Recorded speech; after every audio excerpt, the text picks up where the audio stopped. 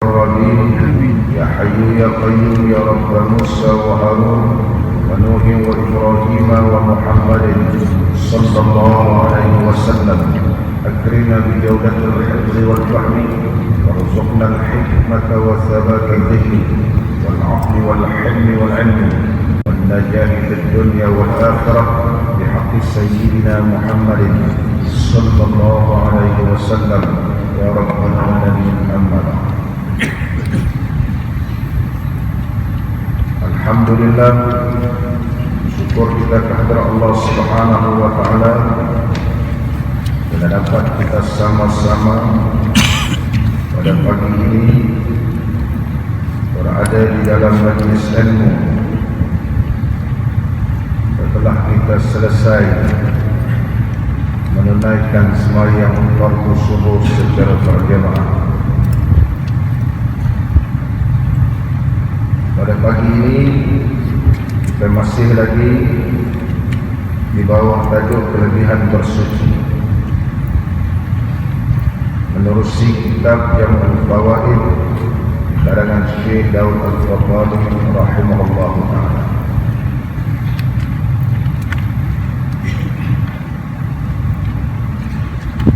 Qala al-musannif rahimahullah ta'ala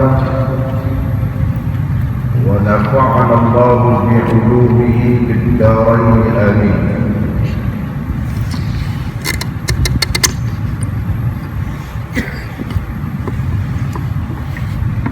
Riwayat daripada Sayyidina Abi Hurairah radhiyallahu anhu, sabda Nabi sallallahu alaihi wasallam bahwasanya 5 perkara ini daripada asal kejadian fitrah. 5 perkara ini adalah merupakan fitrah, asal daripada fitrah. Yang pertama, qasus syarif, iaitu kerat misai. Yang kedua, kerat kuku. Dan yang ketiga, bercukur anah, iaitu bulu ari-ari, dan cabut bulu ketiak dan bersuri.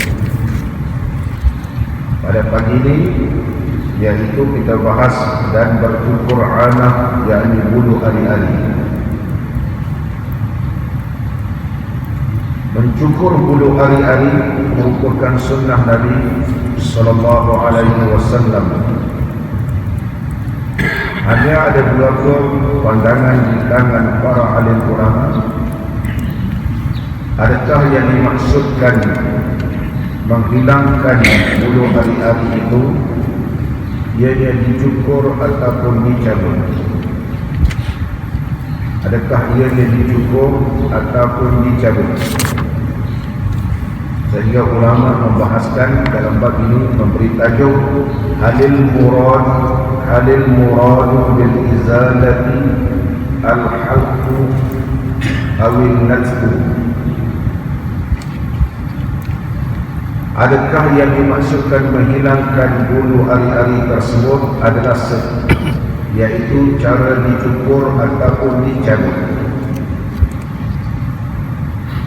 Qala Ibnu Daqiq al-'Aid al-awla fi izalati asy-sya'ri huna al-halq ittiba'an. Ibnu Daqiq al-'Aid rahimahullah ta'ala menyatakan bahawa yang terlebih aula pada menghilangkan bulu ari-ari ialah cukur mengikut sunnah Nabi sallallahu alaihi wasallam, dan harus ianya dicabut. Manakala Al-Imam An-Nawawi rahimahullah ta'ala dan selainnya berkata was-sunnatu fi izalati asy-sya'ri al-'anah, sunnah pada menghilangkan bulu ari-ari yaitu al-halqu bil musa fi haqqi ar-rajuli wal mar'ati ma'an. Sunnah pada menghilangkan bulu ari-ari yaitu dicukurkan dengan pisau cukur, sama ada lelaki atau perempuan. Wa qad sabata al-haditsu an Jabir bin Nahi an turuqil nisa'i lailan حتى تمتشط الشخصة وتستحد مريضة، لكن يتأدى أصل السنة بالإزالة بكل مزيل. قال الإمام النووي: والأولى في حق الرجل الحق وفي الحق المرأة النتف. Dan juga Imam Nawawi menyatakan juga pandangan di kalangan para ahli ulama menyatakan bahawa lelaki iaitu dicukur, perempuan dicabut. Ada juga pandangan ulama itu. Dia mempunyai khasiat tersendiri kenapa lelaki dicabut. Tapi saya tak mahu huraikan. Ini pandangan sebahagian ulama. Ada ulama menyatakan bahawa ianya sama ada lelaki atau perempuan, ianya dicukur berdasarkan jumhur ulama menerusi hadis yang telah kita bacakan pada pagi ini. Kesimpulannya berkata Syekh Ibnu Daqiq al-Aid dan juga Al-Imam An-Nawawi yang telah membahaskan begitu panjang dalam permasalahan ini, hukumnya itu dihilangkan dihilangkan dengan dicukur. Sama ada dicukur ataupun dicabut. Bagi perempuan iaitu boleh dicabut dan boleh dicukur. Bagi lelaki ianya adalah sepakat yang disebut oleh Al-Imam An-Nawawi, ianya dicukur dengan pisau cukur. Ini pandangan di kalangan para ahli ulama menerusi hadis yang telah kita baca. Muslimin dan muslimat yang dirahmati oleh Allah. Seterusnya, dan cabut bulu ketiak. Cabut bulu ketiak. Mencabut bulu ketiak, natful ibti. Mencabut bulu ketiak ini juga dibahaskan oleh ulama, al-ibtu bainan natfi wal halqi. Ketiak ini adakah bulunya dicabut ataupun dicukur? Ulama menyebut wa yata'adda aslus sunnati bil halqi. Hasil sunnah menghilangkan bulu ketiak ini dengan dicukur. Wala siyama man yu'limuhu an-natfu, terutama mereka yang tidak tahan bulu ketiak dicabut sehingga menyebabkan kemudaratan bagi dia. Kadang-kadang bila dicabut bulu ketiak ni dia rasa sakit. Oleh sebab itu cukur boleh, maka cukur. Waqad yu'limuhu an-natfu, kadang-kadang menyakitkan dengan cabut tersebut kepada seseorang. Oleh sebab itu umum hadis ini menyatakan bahawa apa-apa yang boleh kita hilangkan, apa cara yang boleh kita menghilangkan bulu ketiak tersebut, hukumnya adalah sudah termasuk dalam sunnah. Ada ulama menyatakan wa kanal natfu afdalu, adapun dicabut bulu ketiak itu adalah terlebih afdal, li'annahu mahallun liraihatil karihah, kerana ia adalah tempat munculnya bau yang busuk di ketiak, dia kata. Jadi oleh sebab itu bila dicabut bulu ketiak ni, hilanglah bau ketiak. Kalau cukur dia tumbuh lagi, Oleh sebab itu dicabut bulu ketiak. Kenapa? Mahallun, tempat lil raihatil karihah, tempat bagi bau yang busuk. Oleh sebab itu sunnahnya dicabut. Walau bagaimanapun kalau mencabut itu ianya menyakitkan, maka ulama menyebut boleh dicukur. Kata Ibnu Daqiq al-Aid berdasarkan hadis ini, terdapat beberapa pandangan ulama, man nazara ila lafzi waqafa ma'an natfi. Kalau mereka yang berpandang kepada zahir hadis, maka mereka berpegang kepada cabut. Sebab dalam hadis ini menyebut natfu, iaitu cabut. Wa man nazara ila al-ma'na, tapi mereka yang memandang kepada makna dia. Apa makna dia? Makna ialah untuk menghilangkan bulu. Oleh sebab itu ajazahu bi kulli muzilin, mereka membenarkan dan mengharuskan tiap-tiap sesuatu yang boleh menghilangkan bulu tersebut, sama ada dicukur ataupun dicabut. Ini disebut dalam kaedah usul fiqh dalam memahami nas, sama ada iaitu nazru ila al-ma'na ataupun nazru ila an-nazru ila lafzi, sama ada kita melihat kepada lafaz ataupun melihat kepada makna. Tapi kalau melihat kepada lafaz, literal lafaz ni ialah cabut, ya cabut. Sawaun sama ada lelaki atau perempuan dicabut. Tetapi kalau kita melihat kepada makna, maka maknanya iaitu menghilangkan bulu tersebut, bolehlah dicabut dan boleh juga boleh dicukur, boleh dicukur. Kaifiyatun natfi, bagaimana cara nak cabut? Tustahabbul bada'atu fi izalati bil yadil yumna. Disunatkan mencabut ni dimulakan pada menghilangkannya dengan tangan kanan. Wa yuzilu ma fi yumna bi asabi'il yusra, dan menghilangkan di ketiak kanan iaitu dengan jari-jari tangan kiri.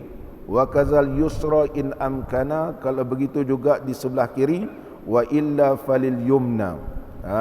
Kalau tak boleh, kalau boleh tangan kiri, sebelah kanan juga sebelah kiri. Kalau tak boleh, maka sebelah kanan kita guna tangan kiri, sebelah kiri tangan kiri kita, ketiak kiri kita dengan tangan kanan. Kalau tak boleh, kalau tak boleh, maknanya boleh dua-dua mengikut kesesuaian, kerana tidak dijelaskan secara detail di dalam hadis Nabi sallallahu alaihi wasallam. Qala al-musannif rahimahullahu taala. Dan kata Ibnu Umar radhiyallahu anhuma, dua-dua iaitu Abdullah bin Umar dan Sayyidina Umar radhiyallahu anhuma, kita sebut radhiyallahu anhuma, bermula bersugi kemudian daripada makan itu terlebih afdal daripada wasifataini. Wasifah iaitu khadimah. Khadimah, wazifah yang memberi maksud khadimah, iaitu khadimah, hamba abdi perempuan. Hamba abdi perempuan. Kata Sayyidina Abdullah bin Umar radhiyallahu anhuma, bermula bersuki, mana bersugi selepas menjamah makanan itu terlebih afdal daripada wazifataini. Wasifataini, wasifah ialah khadimah. Dua orang wasifah, wasifatani, dua orang. Kalau dalam keadaan ianya majrur, musanna dengan huruf ya. Huruf ya sebelumnya berbaris atas, selepasnya berbaris bawah. Sebelum ya berbaris bawah, selepas ya berbaris atas, itu jamak muzakkar salim. Mana wasifataini terlebih afdal daripada hamba perempuan. Terlebih afdal daripada dua hamba perempuan, daripada wasifataini yakni merdeka jariah yang pandai memasak. Syekh ni kata memerdekakan dua orang wasifataini, iaitu dua orang hamba perempuan yang pandai memasak, pandai menguruskan rumah tangga ni. Memerdekakan dua orang ini afdal, tapi bersugi selepas makan tu lagi afdal, dia kata. Bersugi tu lebih afdal, kata Abdullah bin Umar radhiyallahu anhuma. Dan lagi sabdanya, sabda Nabi sallallahu alaihi wasallam, senantiasa Jibril berwasiat akan daku. Maksudnya Jibril alaihi salam sentiasa berwasiat, sentiasa berwasiat, sentiasa berwasiat akan daku dengan sahaya sehingga sangkaku menjadikan merdeka mereka itu pada waktunya. Jadi Nabi SAW bila Jibril sentiasa berwasiat, memberikan wasiat kepadanya, sehingga Rasulullah SAW menyangka bahawa perlu dimerdekakan semua hamba ketika itu. Belum merdekakan. Islam mengakui hamba, tetapi disuruh merdekakan hamba. Dimerdekakan hamba. Dan seterusnya, senantiasalah Jibril berwasiat akan daku dengan jar. Dengan jar ni iaitu dengan jiran. Senantiasalah Jibril berwasiat akan daku dengan jar, dengan jiran, hingga aku sangka bahawasanya ia lagi akan mempusakakan dia. Sentiasalah Jibril alaihissalam mewasiatkan kepada aku supaya berbaik dengan jiran. Mana jiran ini ada 3 jenis. Ada jiran kaum kerabat yang Islam, ada jiran Islam, dan ada jiran yang bukan Islam. Oleh sebab itu Jibril alaihissalam telah menemui Nabi sallallahu alaihi wasallam, hadis yang diriwayatkan daripada Abi Hurairah radhiyallahu an, qala Rasulullah sallallahu alaihi wasallam, la yazalu Jibrilu yusini bil jari hatta zanantu annahu sayuwarrisuhu akhrajahu Ibnu Majah wa Ahmad. Hadis ini diriwayatkan oleh Ibnu Majah, hadis yang ke-3174, dan Imam Ahmad dalam musnadnya hadis yang ke-157, bahawa Jibril alaihissalam telah mewasiatkan kepada Nabi sallallahu alaihi wasallam supaya baik dengan jiran, sehingga aku menyangka bahawa Jibril alaihissalam ni nak mewariskan kepada aku.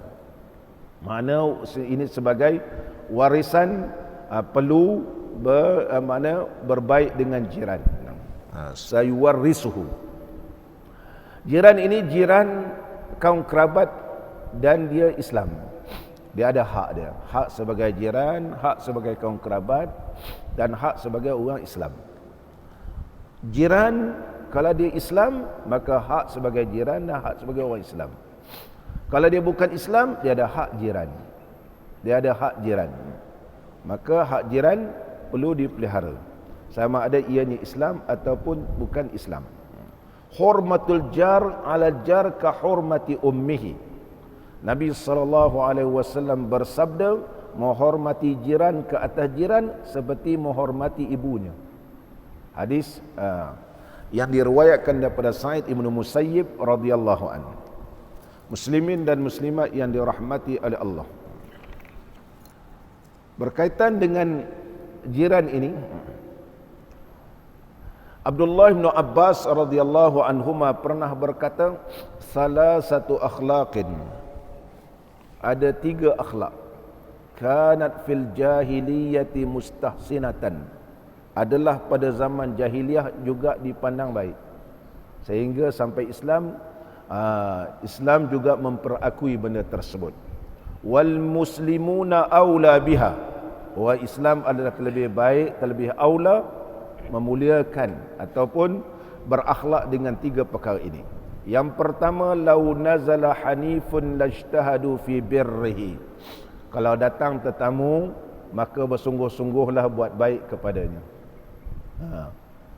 Yang kedua, lau kanat liwahidin minhum imra'ah kaburat indahu la yutalliquha, kalau seorang ini mempunyai isteri yang sudah tua, besok dah tua-tua jangan diceraikan. Itu akhlaknya. Jangan dah tua-tua bangka ni nak cerai. Dah tua ni jadi masalah. Merajuk sana, merajuk sini. Pergi rumah anak, pergi rumah cucu. Lama pening kepala, cerai. Ataupun dia kata, bau hancing kau ni. Dia kata, bau hancing. Aku tak boleh tidur dengan kau, bau hancing. Hancing. Jangan begitu. Yang disebut Abdullah bin Abbas radhiyallahu anhuma, lau kanat liwahidin minhum imra'atun kaburat indahu, kalau ada isteri dan sudah tua, la yutalliquha, jangan diceraikan. Jangan diceraikan. Wa yumsikuha makhafatan alla tadhi'a, hendaklah pegang dia. Makna hendaklah jaga dia. Jangan mensia-siakan hak dia. Masa muda sama-sama, Masa muda bekerja sama-sama. Mentanglah makcik ni dah tua, lutut pun sakit, semua sakit. Pakcik ni sihat lagi, cerainya makcik ni. Mencerai, jangan diceraikan. Begitu juga makcik kalau dah sihat, pakcik dah tua pula semput, tolong jaga pakcik ni jangan minta cerai. Jangan minta cerai. Mana makcik minta cerai? Semput dah, dia kata. Nyusah aku menjaga dia kata. Jangan diminta cerai, jangan minta cerai. Yang ketiga, idza lahiqa bijarihim dainun aw asabahu shiddatun aw jahdun ijtahadu hatta yaqdu dainahu wa akhrajuhu min tilka syiddah. Yang ketiga, apabila ada jiran dia berhutang, dan dia memang bukan sengaja nak hutang tapi dia terpaksa berhutang. Kalau kita orang yang mampu boleh bayar, tolong bayarkan. Ini jiran paling baik. Au asabahu syiddatun, ataupun jiran ini ditimpa kesusahan. Au jahdun, ataupun kesulitan. Maka kita bersungguh-sungguh nak tolong dia, menghilangkan kepayahan dan kesulitan itu. Ini akhlak terbaik, kata Abdullah bin Abbas radhiyallahu anhuma. Muslimin dan muslimat yang dirahmati oleh Allah, Sufyanus Tsauri menyebut ada 10 perkara ini termasuk orang yang hatinya keras. Asyratu asya'a minal jafa. 10 perkara ini termasuk orang yang hatinya keras. Islam tidak mengakui hati orang yang keras, hati yang lembut, hati yang patuh tunduk kepada Allah. Yang pertama, rajulun syab'anun wa jaruhu ja'i'un. Lelaki ni kenyang, jirannya lapar. Wala yu'tihi syai'an min ta'amihi, tak memberi walaupun sedikit kepada jirannya. Ini hati ikhlas. Hati ni hati bermasalah. Yang kedua, rajulun aw imra'atun yad'u li nafsihi wa la yad'u li walidayhi wa la lil mu'minin. Lelaki atau perempuan bila berdoa untuk diri dia je, tak mau berdoa untuk ibu bapa dan orang Islam. Ini juga hati bermasalah, hati penyakit. Syekh ni berdoa untuk diri dia, tapi tak berdoa untuk mak bapak dia, tak berdoa untuk orang Islam. Ini hati bermasalah. Hati masalah. Panjang doa tapi tak doa mak bapak. Berjela-jela. Doa sampai doa, tolonglah orang Islam di Iraq, tolonglah orang Islam di Iran, tolonglah, hancurlah Amerika. Panjang doa dia, tapi mak bapak tidak didoa. Keras hati. Yang ketiga, rajulun yaqra'ul Qur'ana. Lelaki boleh baca Quran, wala yaqra'u fi kulli yaumin mi'ata ayatin, tapi tiap-tiap hari tak sampai 100 ayat dibaca. Dengar tu Jeffrey. Boleh baca Quran, tapi satu hari tak cukup 100 ayat. Ini tanda hati dia masalah, keras. Belajar Quran dah pandai baca, tak mau baca Quran satu hari 100 ayat. Alal aqal paling kurang 100 ayat bagi mereka yang boleh ataupun lancar baca Quran. Yang keempat. Ya, keempat betul. Yang keempat, rajulun dakhalal masjida wa kharaja wa lam yusalli raka'atain. Seorang lelaki masuk masjid, tengok-tengok masjid, keluar, tak ada sembahyang 2 rakaat. Ini hati masalah ni.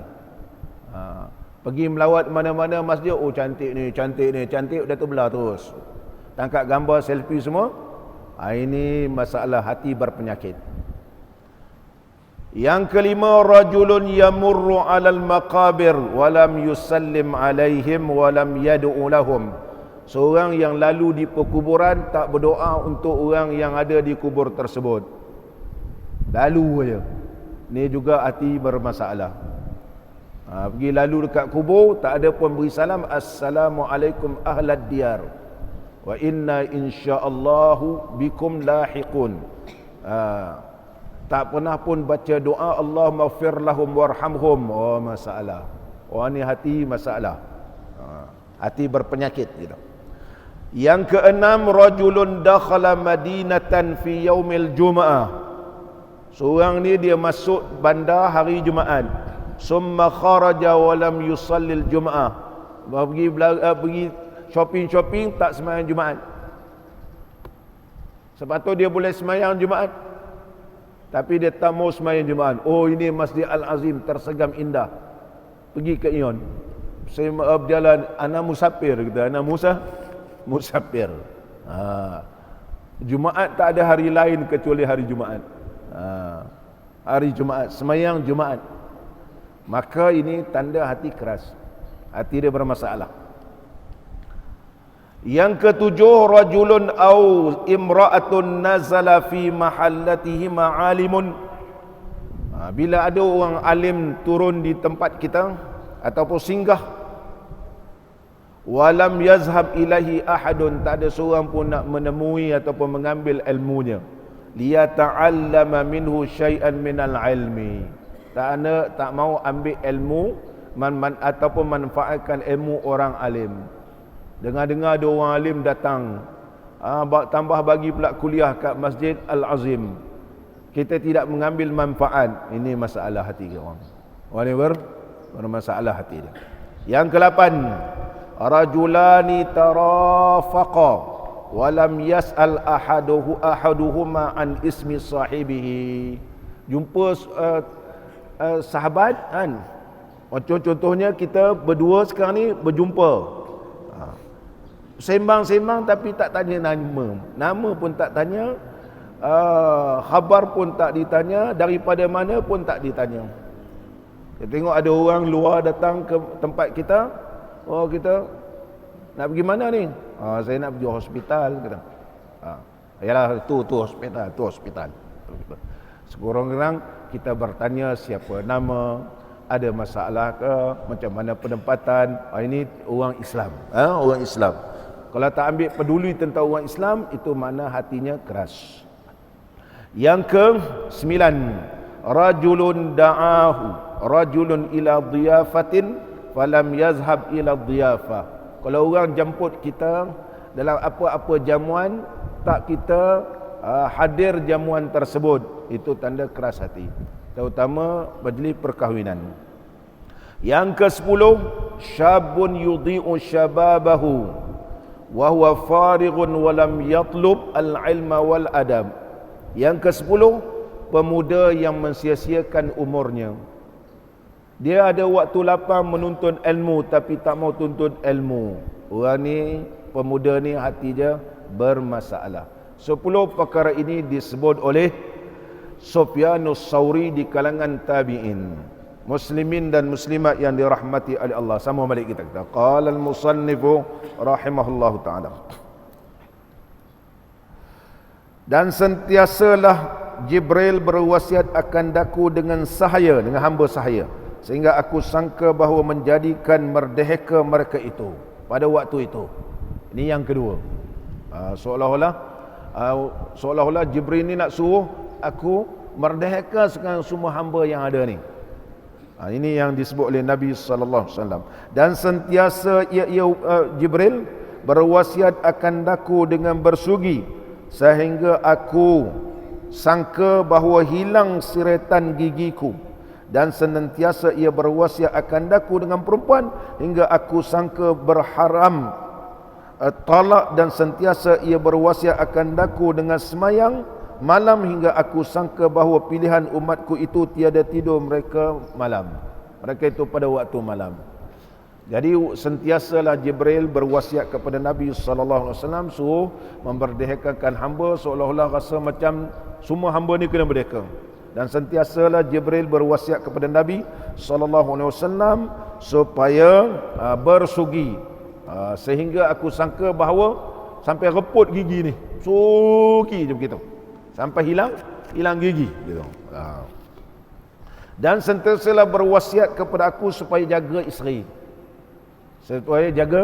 isteri, sehingga aku sangka bahawa haram talakkan isteri ni.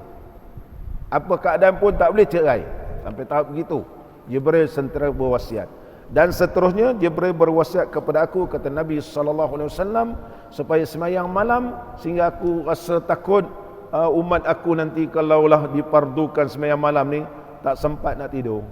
Tak sempat nak tidur. Ini di antara wasiat Jibril alaihi salam. Qala al-musannif rahimahullah taala. Dan riwayat daripada A'mash, daripada Mujahid, katanya telah melambatkan oleh Jibril atas Nabi SAW, kemudian datang ia akan dia. Jibril alaihi salam satu hari lambat datang. Biasa kerap bertemu. Pada hari itu lambat datang. Lama baru datang. Maka sabda Nabi SAW, apa yang menghabaskan dikau ya Jibril? Apa yang menahankan engkau? Habas sebenarnya menahan. Habbasa yuhabbisu tahbis. Contohnya wakaf, al-waqfu luqatan at-ta'bis, iaitu wakaf pada bahasa memberi maksud tahan. Habas, harta tu ditahan. Habas. Wakaf disebut dalam kaedah wakaf, syartul waqif kanas syari'. Syarat pewakaf seperti nas syarak. Kalau syarak kata haram, haram. Kalau makruh, makruh. Begitulah wakaf ni tertakluk kepada syarat pewakaf. Jadi kita tak boleh sewenang-wenang guna harta wakaf.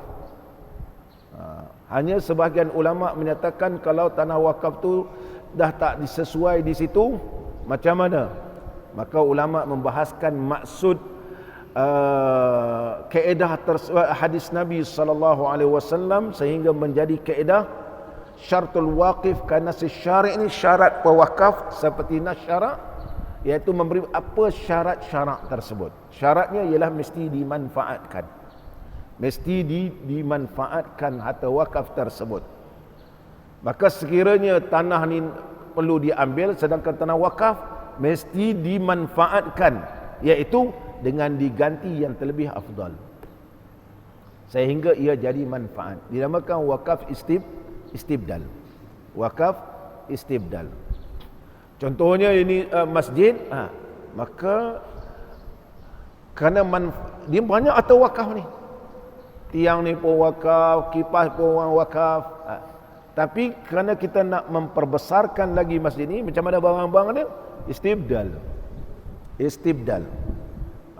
Sama ada kita tengok nilai semasa, kita jual lah kipas ni.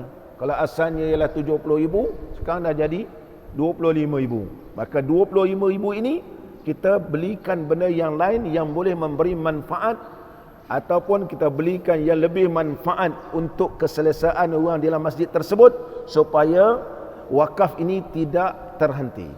Dinamakan wakaf istibdal. Syarat mubdal dia, sesuatu yang ditukar ataupun diganti, mesti terlebih afdal. Terlebih afdal. Tanah ni tanah wakaf, tiba-tiba kita gantikan di Selanda nun, tak ada orang, tak sesuai. Di sini manfaat, mesti dicari yang terlebih manfaat. Kalau di sini masjid, maka cari masjid yang ramai juga orang semayang berjamaah. Begitu. Muslimin dan muslimat yang dirahmati oleh Allah. Dihabaskan dia makna ditahankan dia. Mana Jibril datang.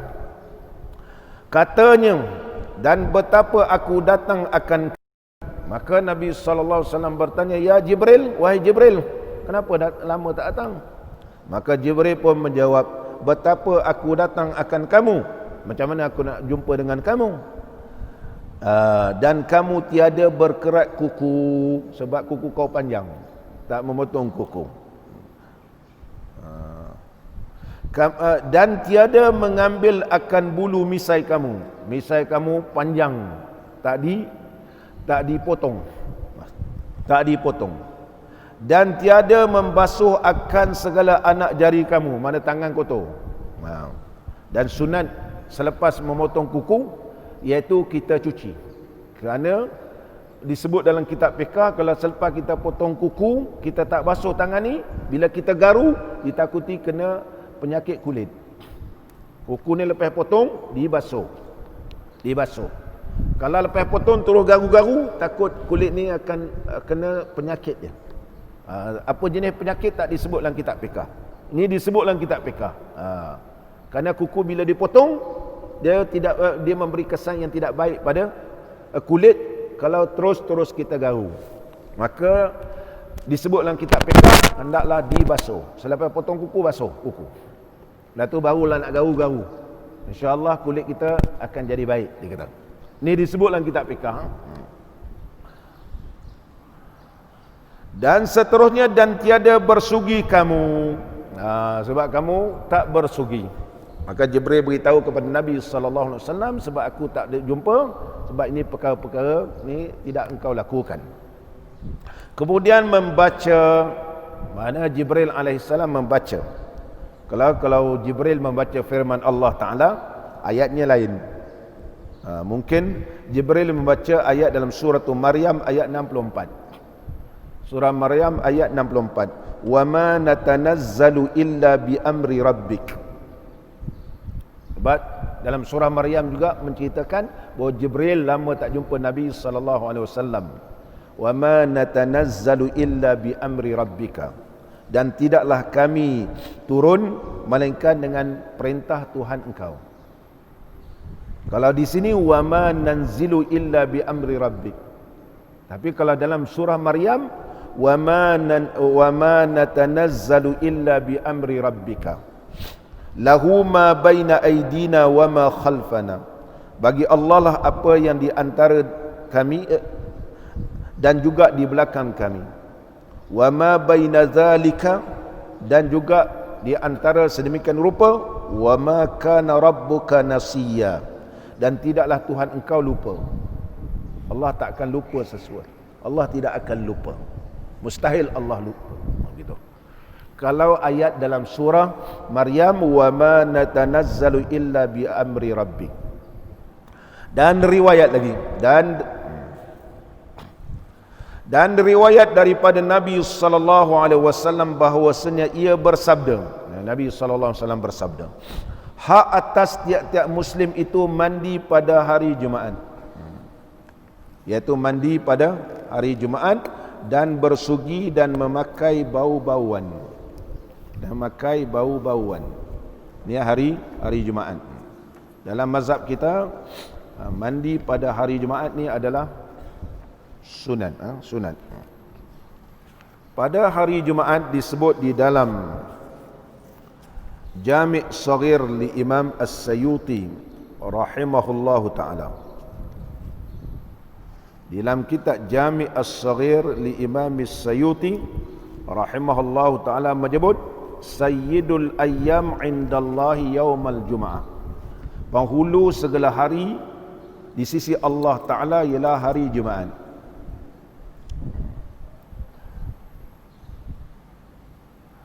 Wa azamu min yaumin nahri wal fitri. Dan hari Jumaat itu lebih besar daripada hari raya korban dan hari raya puasa. Sebab apa? Pada hari Jumaat itu berlakunya 5 perkara. Wa fi khamsu. Dia ada 5 perkara berlaku pada hari Jumaat. Yang pertama, khalaqallahu Adama. Allah menjadikan Nabi Allah Adam pada hari Jumaat. Wa fihi uhbita minal jannah. Pada hari Jumaat diturunkan Nabi Allah Adam daripada syurga ke bumi. Wa fihi tuwfiya. Pada hari Jumaat Nabi Allah Adam diwafatkan. Itu nombor berapa? 3 kan? Nombor 3. Wa fihi, ni keempat, sa'atun la yas'alul abdu fiha Allah syai'an illa a'tahu iyahu. Pada hari Jumaat ada waktu yang dimustajabkan doa. Bila waktu mustajab ni doa ni, iaitu disebut oleh Ibnu Daqiq al-Id, disebut oleh para alim ulama, di antaranya di kalangan ulama-ulama hadis, bahawa waktunya di antara 2 khutbah sehingga selesai semayang. sehingga selesai solat. Ini waktu. Termasuk di kalangan para alim ulama hadis juga menyebut di antara Syekh Qadhi Iyad. Syekh Qadhi Iyad menyatakan waktunya di antara dua khutbah sehingga selesai semayang. Tempohnya terlampau singkat. Itulah waktu mustajab doa. Bila tak tahu. Allah sembunyikan. Ketika tu doa mustajab. Selama mana? Malam yas'al isman. Selama mana dia tidak memohon perkara dosa. Au qati'ata rahimin, atau memutuskan silaturrahim. Dan seterusnya, wa fihi taqumus sa'atu. Pada hari Jumaat berlakunya kiamat. Wa ma min malakin muqarrabin wala sama'in wala ardin wala rihin wala jabal wala hajar illa huwa mushfiqun min yaumil Jumaah. Tidak ada malaikat muqarrab ataupun langit, bumi, angin, gunung, batu, semuanya takut pada hari Jumaat. Binatang-binatang pun takut. Kenapa? Kerana mereka tahu bahawa hari Jumaat akan berlakunya kiamat. Dan hari Jumaat juga adalah hari dikumpulkan dan juga hari hisab. Begitu juga telah diriwayatkan hadis ini oleh Al-Imam Syafi'i, Imam Ahmad dan Imam Bukhari daripada Sa'ad ibn Ubadah, Sayyidul Ansar. Sayyidul Ansar. Jadi kelebihan hari Jumaat, kelebihan hari Jumaat. Dan di antara disebabkan kelebihan hari Jumaat ni, Nabi SAW bersabda, man igtasala yaumal jum'ati kuffirat zunubuhu wa khatayahu. Barang siapa yang mandi pada hari Jumaat, maka diampunkan segala dosanya. Jadi maksud hadis ini yang dihuraikan oleh ulama, barang siapa mandi pada hari Jumaat, iaitu dalam keadaan bersuci, nak pergi sembahyang Jumaat ni, Allah Subhanahu wa taala ampunkan dosa dia. Ampunkan dosa. Ini perkara-perkara sunat dilakukan pada hari Jumaat, kerana Jumaat ni tempat orang berkumpul. Ada di kalangan mazhab yang mengatakan bahawa mandi ini adalah wajib. Hanya dalam mazhab kita Imam Syafi'i, mandi ini adalah sunat sahaja. Tapi sunat muakkadah. Pukul berapa nak mula mandi? Ini khilaf di kalangan para alim ulama. Ada ulama menyatakan 12 tengah malam ke seterusnya hari Jumaat, mana malam Jumaat 12 ke atas tu, kalau kita mandi untuk sembahyang Jumaat pun dikirakan sudah dapat. Pandangan yang kedua iaitu selepas fajar, lepas subuh. Lepas subuh. Contohnya kalau orang bekerja, dia nak mandi, macam mana yang dia sempat iaitu selepas subuh. Jadi kita ambil pandangan yang kedua, selepas subuh. Ini disebut juga dalam kitab fiqh. Kemudian yang ketiga iaitu selepas terbitnya matahari. Dan yang keempat, dia pandangan banyak dalam bab ini, iaitu yang terlebih afdal bila nak pergi sembahyang Jumaat. Nak sembahyang Jumaat. Oleh sebab itu disebut dalam kitab Ahkamul Jumaah untuk membolehkan si suami ini dan juga si isteri mendapat pahala mandi hari Jumaat, sekalipun perempuan tak wajib sembahyang Jumaat, maka digalakkan melakukan persetubuhan suami isteri malam Jumaat. Sebab apa? Sebab nanti dia mandi nak sembahyang subuh, dia mandi mengangkat hadas besar dan mandi hari Jumaat, terhasillah 2 pahala. Begitu juga perempuan ni, dia mandi mengangkat hadas besar dan juga mandi hari Jumaat, sekalipun dia tak dapat sembahyang Jumaat, maka dapatlah apa? Pahala. Ini disebut dalam kitab Ahkamul Jumaah. Ahkamul Jumaat. Itu sebab orang kita Melayu, apa lagi malam ni malam Jumaat, dia kata tak. Sebab apa ulama menyebut sini apa? Supaya mereka mendapat pahala. Mendapat apa? Pahala. Sampai begitu dibahaskan oleh ulama-ulama fiqh ini. Muslimin dan muslimat yang dirahmati oleh Allah Subhanahu wa taala. Tak sempat kita nak urai, dah 7 lebih dah. Mudah-mudahan pertemuan kita diberkati dan diradai oleh Allah Subhanahu wa taala. Ada orang tanya kepada saya semayang isyraq ataupun semayang isyraq ni adakah ditambah 8 minit? Persoalan pertambahan 8 minit pada waktu subuh ni iaitu perbincangan yang begitu panjang. Melaka ni iaitu di bawah Jabatan Mufti bahagian Falak telah menyarankan waktu subuh ni iaitu 17 darjah. Asalnya 17 darjah di bawah ufuk. Maka 17 darjah ni barangkali tambah 12 minit. Tambah 12 minit. Terang matahari baru semayang subuh. Maka kajian ini dibawa kepada persekutuan. Persekutuan.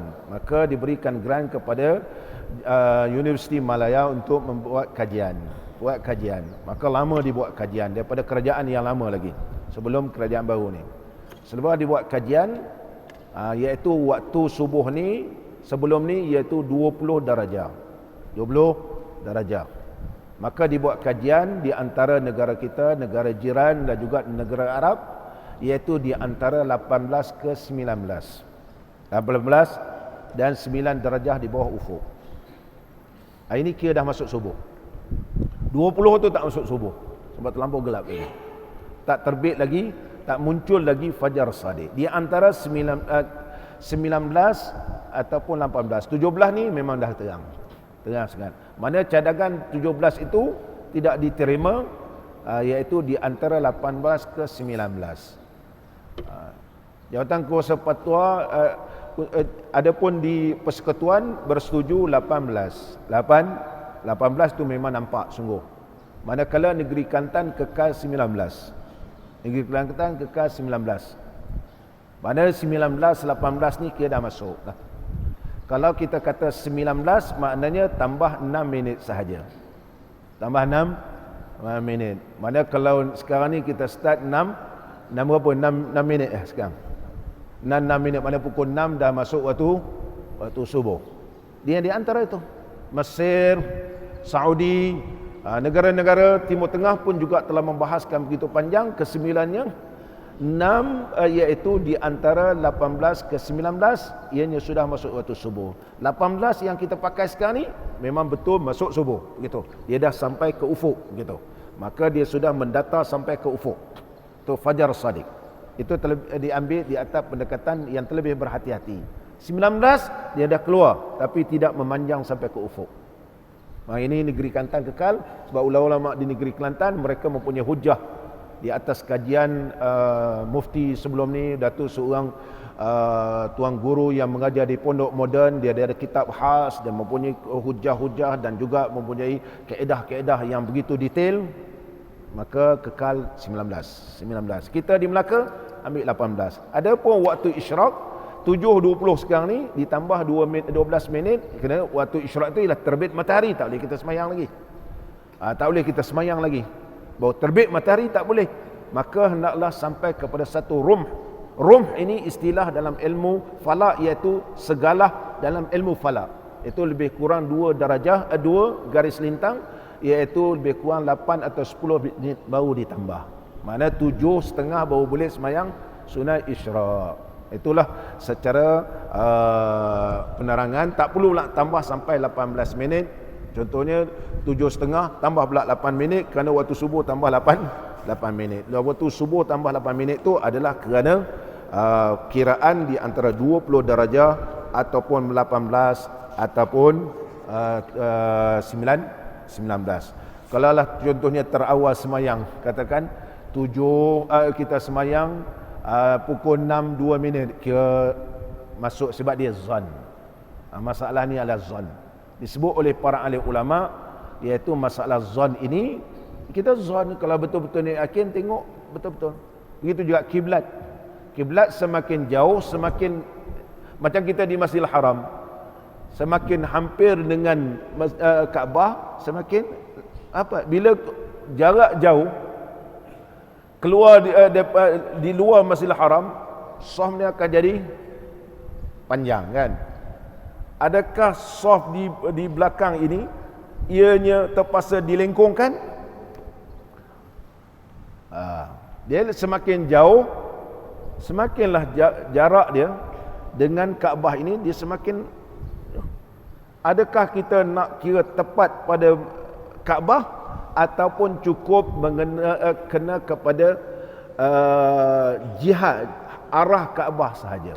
Ini khilaf ulama. Untuk terlebih baik ialah betul-betul menghadap kepada kiblat. Contohnya ada alat yang paling canggih zaman sekarang ni, dia boleh nak terus zoom kepada kiblat, itu terlebih afdal. Tapi kalau kita zoom, mestilah perubahan kiblat yang ketara. Sebagaimana masjid-masjid di negeri Melaka sekarang ni, sampai perubahan banyaklah. Kerana kita pakai sistem moden, kita zoom dia. Betul-betul ini Kaabah. Mestilah perubahan. Perubahan akan berlaku sebab jarak yang jauh. Kalau kita pakai di arah jihah, arah, memang kenalah. Arah ni mesti kena. Ni contoh ni 4 persegi, maka ini adalah kita garisan dia. Kalau orang daripada sana semayang kena arah di sini pun sah, orang pun semayang arah di sini pun kira sah. Yang penting dia tidak terkeluar daripada 4 persegi tersebut apabila dibuatkan garisan panjang. Contoh kita buat garisan panjang, ini 4 persegi buat garisan panjang. Kalau sini semayang ke sini pun kena garisan tu. Kalau kita semayang ke sini pun kena garisan tu. Sah. Sebagaimana kalau kita semayang di luar Masjidil Haram, sah begitu panjang. Adakah semua kena Kaabah? Jeffrey, kalau kita semayang di luar kan, kita dah terlambat, semayang di luar Kaabah, kena Kaabah. Cuba kita ambil kompas, kita zoom, semayang di luar Kaabah pun tak sah sebab kita hanya kena pada jihad. Sebab dia lagi di belakang, lagi jauh. Tapi kalau kita nak terlebih baik, kita zoom kena Kaabah kan. Itu terlebih baik. Tapi kalau jihad ini dikirakan sah. Mungkin pendekatan di sini iaitu kita ambil iaitu terlebih baik. Jadi orang tanya macam mana semayang lama-lama Ustaz? Masjid ni entah berapa darajah dah. Dekat dengan 90 darajah pula dah. Katakan begitu. Adakah semayang dulu tidak sah? Ya sah. Dinamakan jihad. Mungkin teknologi sekarang kita nak terus zoom kepada Kaabah, itu terlebih baik. Sebab arah Kaabah ini adalah zon. Hatta di luar Masjidil Haram pun kita semayang hanya menghadap kepada Masjidil Haram. Lagi jauh kita di luar Masjidil Haram, lagi kita tengok orang depan je. Tak nampak Kaabah. Dia tak akan boleh betul-betul kena tangkap Kaabah kecuali orang di dalam Masjidil Haram. Orang dalam Masjidil Haram. Itu sebagai penerangan soalan yang orang suruh saya jawab pada pengajian yang lepas. Mudah-mudahan Allah Subhanahu Wa Taala memberkati pertemuan kita pada pagi ini.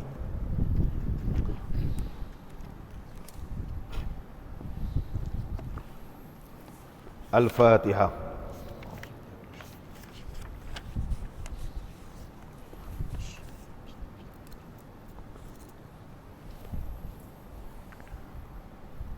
Bismillahirrahmanirrahim. Alhamdulillahi rabbil alamin. Hamdan yuwafi ni'amahu wa yukafi'u mazidah. Ya Rabbana lakal hamdu kama yanbaghi li jalali wajhikal karim wa 'azimi sultanik. اللهم صل على سيدنا محمد صلاة تنجينا بها من جميع الأهوال والآفات وتقضي لنا بها جميع الحاجات وتطهرنا بها من جميع السيئات وترفعنا بها عندك على الدرجات وتبلغنا بها أقصى الغايات من جميع الخيرات في الحياة وبعد الممات وعلى آله وصحبه وسلم تسليما كثيرا برحمتك يا أرحم الراحمين.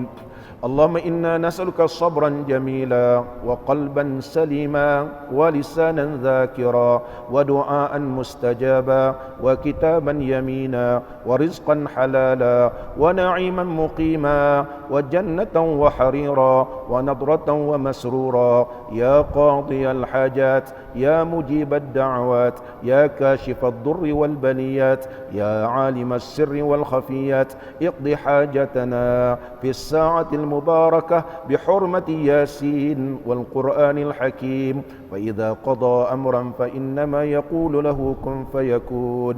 فسبحان الذي بيده ملكوت كل شيء وإليه ترجعون. اللهم ارزقنا من العقول أوفرها، ومن الأذهان أصفاها، ومن الأعمال أزكاها، ومن الأخلاق أطيبها، ومن العافية أكملها، ومن الدنيا خيرها. اللهم اجعل اجتماعنا بالرحمة، وافتراقنا بالمغفرة، وخاتمتنا بالسعادة، وألهمنا الرشد والحكمة. وصلى الله على سيدنا ونبينا وحبيبنا محمد وعلى آله وصحبه أجمعين، والحمد لله رب العالمين.